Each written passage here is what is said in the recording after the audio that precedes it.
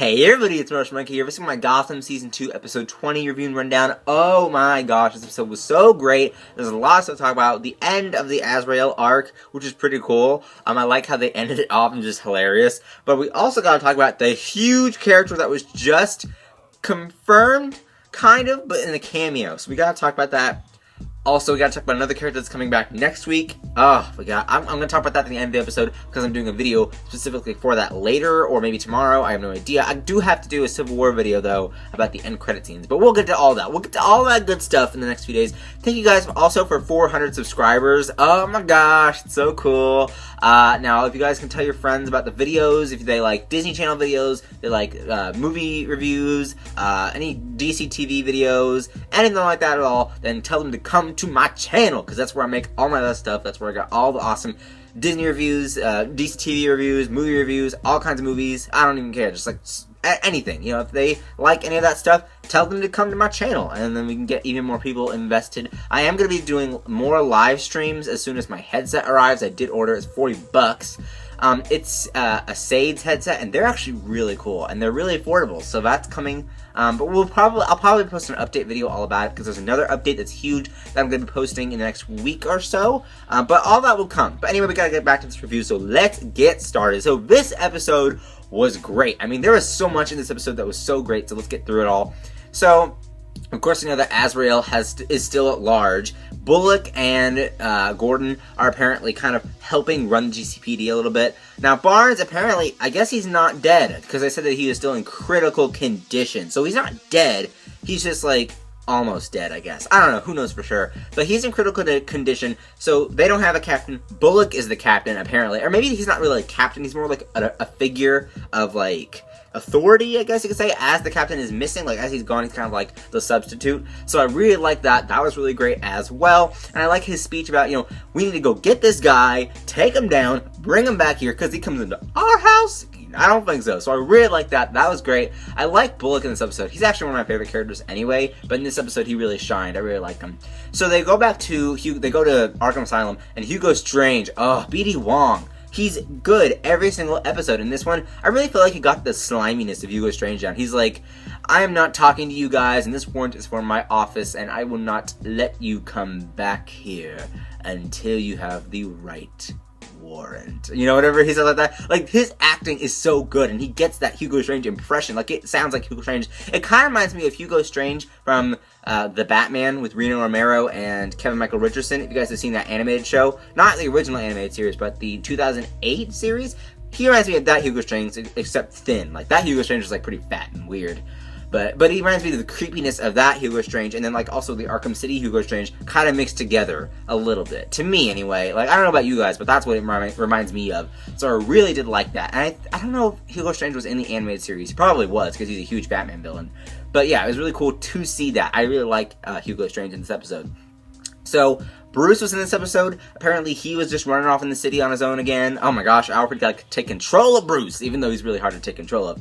But it was really nice seeing him in this episode. Now, Selena actually had the biggest arc. I was surprised that Selena was going to listen to anything Bruce says, because remember in the last episode, or maybe it was 2 episodes ago, I can't really remember, she just got really mad at him for saying, oh no, I'm going to return to my Wayne Manor work, and all that stuff. And she was like, okay, Bruce Wayne, alright, I got you, and she leaves. So I was really surprised that she kind of like listened to what Bruce had to say this episode. It wasn't like, you know, it wasn't like, Selena, please listen to me, and they had like an emotional moment or something. Like, it wasn't like that. It was just like, okay, yeah, sure, you've blown me off like several times, Bruce, but okay. So I thought that was a little weird, but it was awesome seeing Selena like be sneaky, be that Catwoman, because we got a lot of Selena in this episode, like with her just sneaking around, jumping on buildings, going into vents, which is really cool, sneaking into Arkham. Oh, it was so cool. I really like it. I thought that was really great. Now, how she knew the way into Arkham was really interesting, because she said she knew a way in, and she eventually found that way and got in, so that's really interesting. But I really liked her interaction with the Riddler. She was like, hey, you're the forensics guy. And he's like, you're the street trash girl. And I was like, villains meeting. So it was, well, I guess not meeting. I mean, they've already met, technically. But it's like, villains meeting up in Arkham. So I really like that. And I also like their interaction about the basement. It's just horrible. You don't want to go in there. She's like, tell me how to get there. Like, Karen Bigendova is like an all-star on this show. I want her to be Selena forever. Like, can we get season like 10 and make her Catwoman, please? Like, I just feel like that's something that needs to get here already, because I want to see her as Catwoman, like, officially. But I really do like her as Selena, and she does a really good job of it as well. So anyway, before we get on to more Selena stuff, we gotta talk about what's going on with Azrael. So Tabitha, Gordon and Bullock end up meeting up with Tabitha and Butch. They tell Tabitha about what's going on. Tabitha explains Azrael's backstory a little bit more, of how he's like this 300-year-old assassin. He's supposedly immortal. He has this magic supernatural sword. And they tell all about the Saint Dumas history, about the sword and Azrael. So they go to the grave. They get the sword out. And Azrael's behind, just like, I will take that, you know, with his voice. And they end up getting into this fight scene. Tabitha gets stabbed.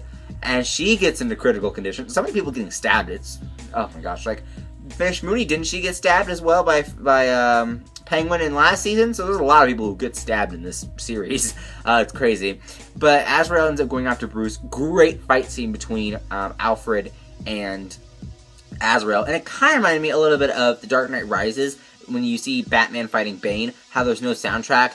There was a little noise in the fight between Alfred and Azrael. Like, you could hear some things behind there, because there's like, because the fight between Batman and Bane in the movie Dark Knight Rises is like totally silent, but this one isn't, but it's like almost close to that. So that's why it kind of reminded me of that. It's not really an Easter egg. It's just like kind of like it's my opinion of what it sounded like to me, like what it felt like to me anyway. That's what I got watching. I was like, you know, this kind of reminds me of the Bane fight a little bit, just because it's like, there's no big track, like there's no music track, because I expected Gotham to be like, oh, oh, or like some kind of Gotham music where they like fight. So I expected that, but they didn't do that necessarily. I don't think, because I watched the episode this morning and it didn't sound like there was anything soundtrack behind the fight. But it was really cool seeing that. Bruce is really great, although Bruce needs to watch his language, because he said a word I did not agree with. No, I'm joking. That was during when he was in the garage. I did not agree with that, David Mazouz. You gotta tell those writers, you ain't saying those words. No, I'm joking.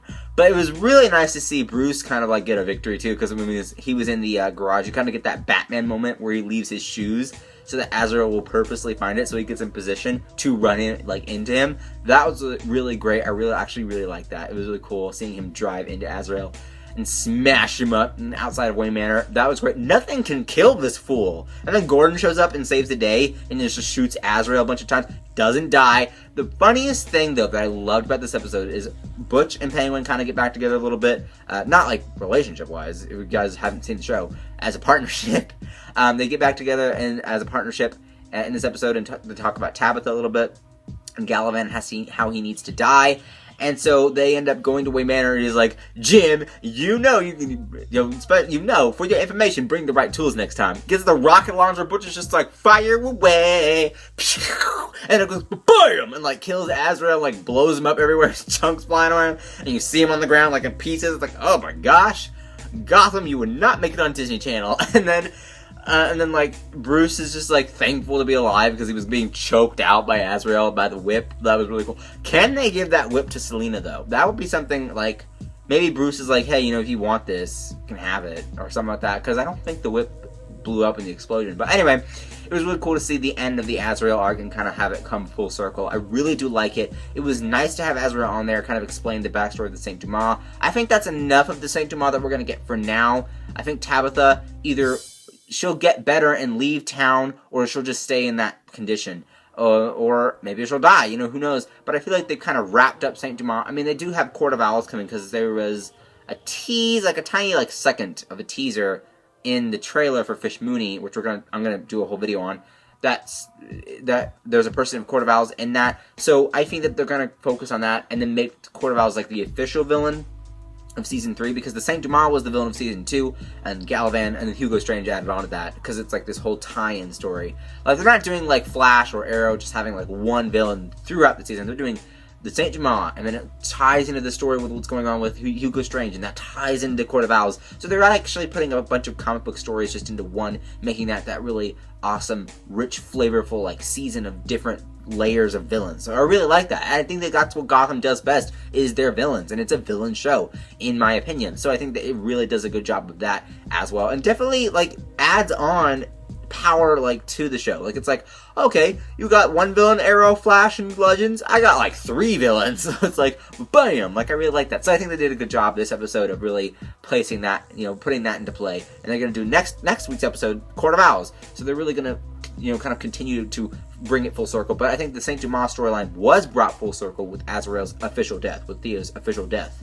And I really did like it. So let's go back to Selena a little bit, because there was a cameo, and I was going to say this.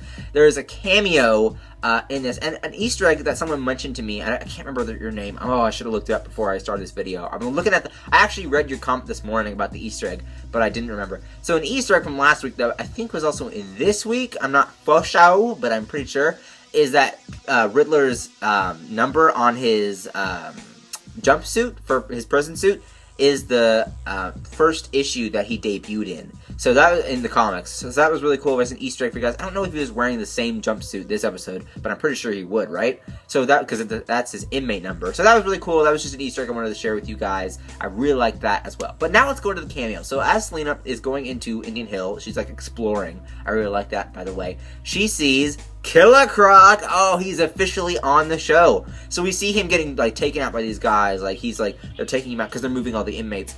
So they're taking him, and he's just like, okay, you know, let's go. And he just has that weird face. Now, it's not what I pictured for Killer Croc. I don't really love it. Obviously, the Suicide Squad Killer Croc is like, basically, they're the same, except the Suicide Squad Croc has just way better visual effects. Because it's a movie, and this is a TV show. So I do forgive it. But it's interesting that they didn't make him, like, I would have gone for like a roar, and then like a guy, like a prison guy being tossed out, and like crocodile claws were in him. Like that's what I would have preferred, so that we know that he's really huge, because I don't think they'll ever straight up do Killer Croc. I mean, they could. I mean, now that they have the character, they can do whatever they want with him, right?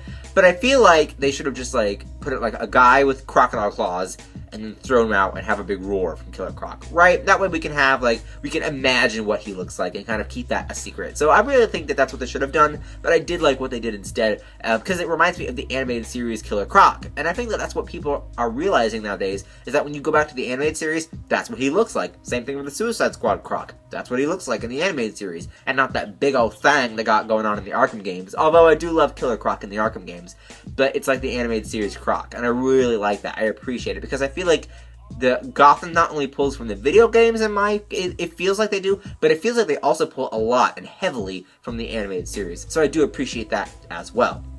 But I did like Killer Croc was in this episode. I'm looking forward to see if they bring him back in the loop. We also got a little bit of Firefly again. Firefly finally meets up again with Selena. She's going to be in the next episode. Firefly is. Selena too, obviously. In next week's episode, and they're going to explain what's going on with her, so that's really great as well. Now, I think I pretty much got everything. I mean, Nigma got caught again.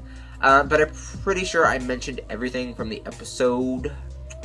Yeah, if there was any Easter eggs that you guys spotted or heard, comment down below. I'm pretty sure I got everything, though. But yeah, next week, Hugo Strange was actually looking into the window when Selena was getting shot, or like the fire went off from Firefly. So next week we're going to get a little bit more of what's going on with that. And then the finale, I believe, is episode 22. I don't think they're doing 23 episodes. I believe they're doing 22. So I'm excited for that as well. Fish Mooney. Now, Fish Mooney is coming back next week. I am so excited for Fish Mooney to be back. I called it. I knew she would not be dead. I'm going to be doing an official trailer breakdown of that, and kind of talk about Court of Owls, and also talk about Fish Mooney in that video, which you guys can check out either today or tomorrow. I also have to do a little bit of Civil War. I'm going to do an end credit scene explainer for both the end credit scenes. So yeah, but other than that, what do you guys think about the episode? Comment down below if there's any Easter eggs that you heard or spotted. Also comment down below. Links up there to my other Gotham videos. Links down there to my Twitter, Instagram, Vine, vlog channel, and Sims channel. Don't forget to like and favorite this video. Don't forget to subscribe, and I will see you guys later. Bye-bye.